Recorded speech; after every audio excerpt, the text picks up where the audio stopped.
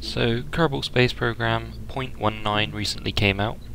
With this update we get rover parts, increased battery size, re-entry special effects and a few extra structural parts.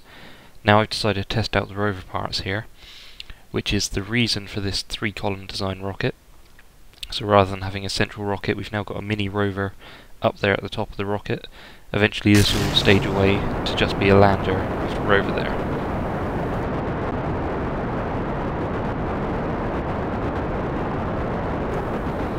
Now this was actually my first attempt at using this rocket, and I was surprised at how well it could fly. I mean, there's no advanced SAS on this, so I was controlling it myself. And I was pleasantly surprised that it had the Delta V to get there and back, just about. So here we are on Minmus,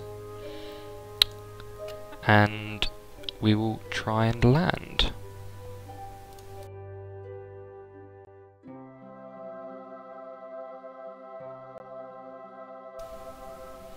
I sort of made the decision here that rather than trying to land on one of the plateaus up there, which would have saved fuel in the long run, I'll try and land on the seabed. A couple of reasons. One, that because I was on a probe I didn't have my radar altimeter to double check where I was, and I didn't want to lose my rover after coming this far. And the other reason was that I thought it'd be easier to traverse the sort of seas that we have on Minmus than it would be up on top of one of the plateaus.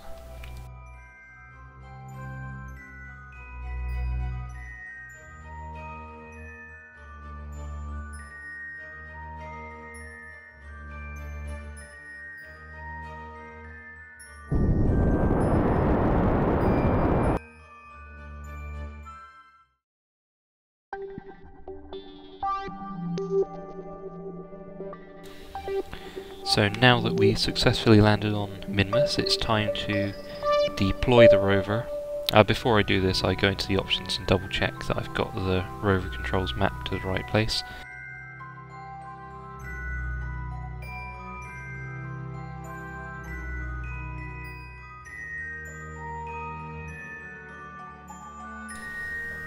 So this rover design uses the new rover body, which is part of 0.19, and I believe it also uses a rover probe, which I think is hidden inside the docking port just above the rover body, and it uses the smallest rover wheels available, which I believe have a top speed of 20 meters per second.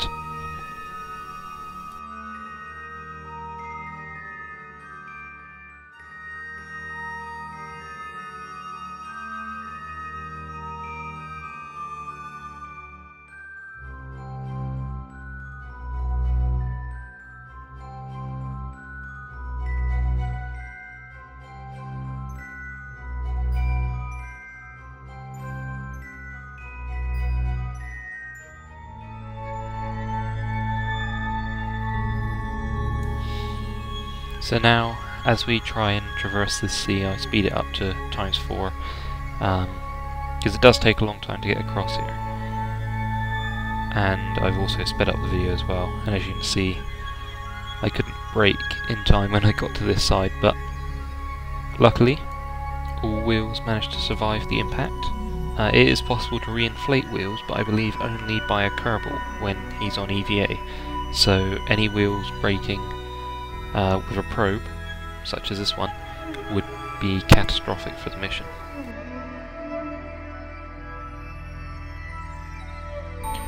Keeping control of the probe in this low gravity proved to be quite difficult, but luckily the gyroscope in the probe itself allows you to turn it over quite easily. This becomes a problem if you use the default controls to control the rover, because the strength of the gyroscope is actually stronger than the wheels themselves, and so using W to go forwards just causes you to tip over. So I mapped my controls to 2, 4, 6 and 8 on the numpad, which seems to be quite successful. Though as you can see, it does still tend to tip over whenever it wants to if you're going too quickly.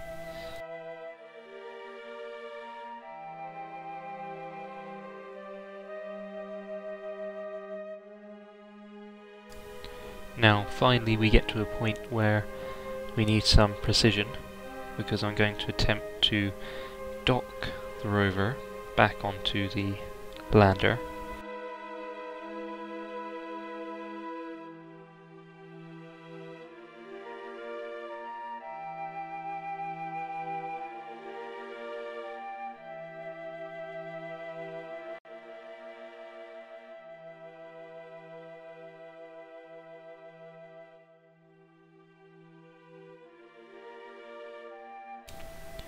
Now, one idea I had at this point was to change control to the lander and simply retract the landing legs, and see if that would allow me to connect. But as you'll see, I have forgotten to put any batteries on the lander, and so it won't operate. So I desperately try and move my rover around and let the magnetic force of docking take over, and amazingly, it does. And after a bit of jittering, we get a successful docking. And now it's time to try and return to Kerbal.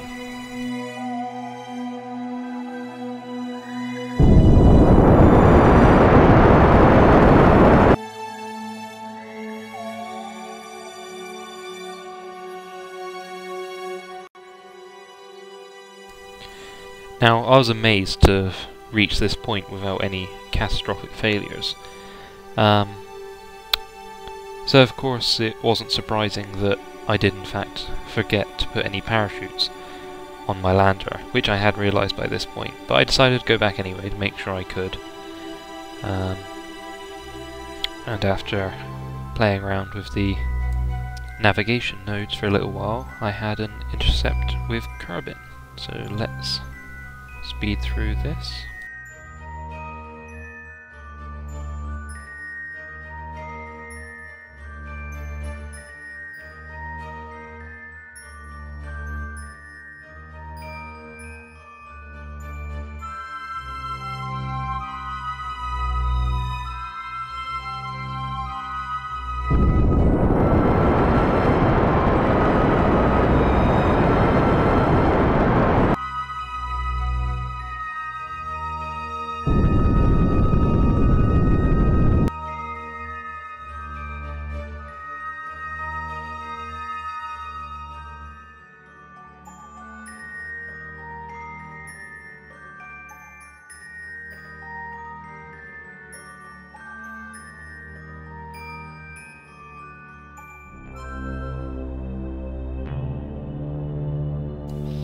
And so here we are, heading back towards Kerbal, about to enter the atmosphere, travelling at over 3,000 meters per second. And so very soon we hope to see some of the re-entry effects that have recently been added. Now of course it's important to mention that nothing physical has been added, so parts won't overheat or explode, but the effects themselves do exist. Ever the optimist, I decided to lower the landing gear, just in case I could manage to land without a parachute.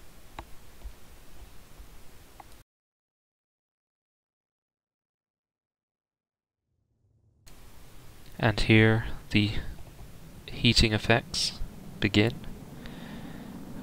Some crazy effects going at this sort of speed, but our speed quickly drops as we are heading through the atmosphere now, and we are aerobraking. And as you can see, the landing legs wouldn't have been much use anyway, because the aerodynamics system has decided that the front of my craft is the most aerodynamic part, so of course that is in front now.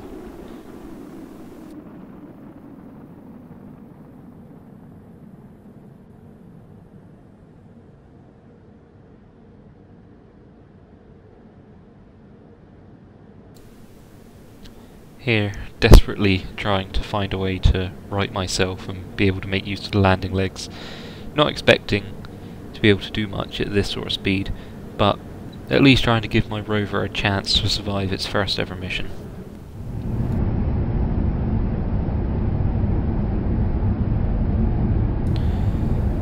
Of course, last ditch attempt, try and undock the rover just as we crash.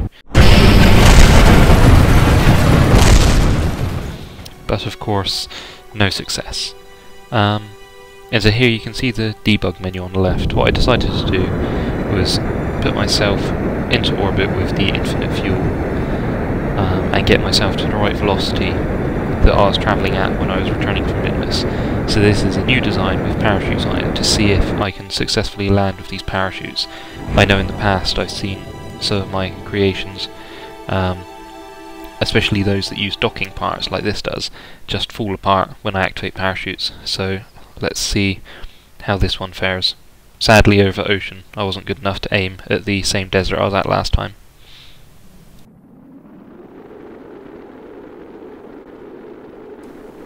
Now the interesting thing about this is that we see the parachutes deploy and the heating effects, but because it's been slowed down so quickly, we also get the new aero effects.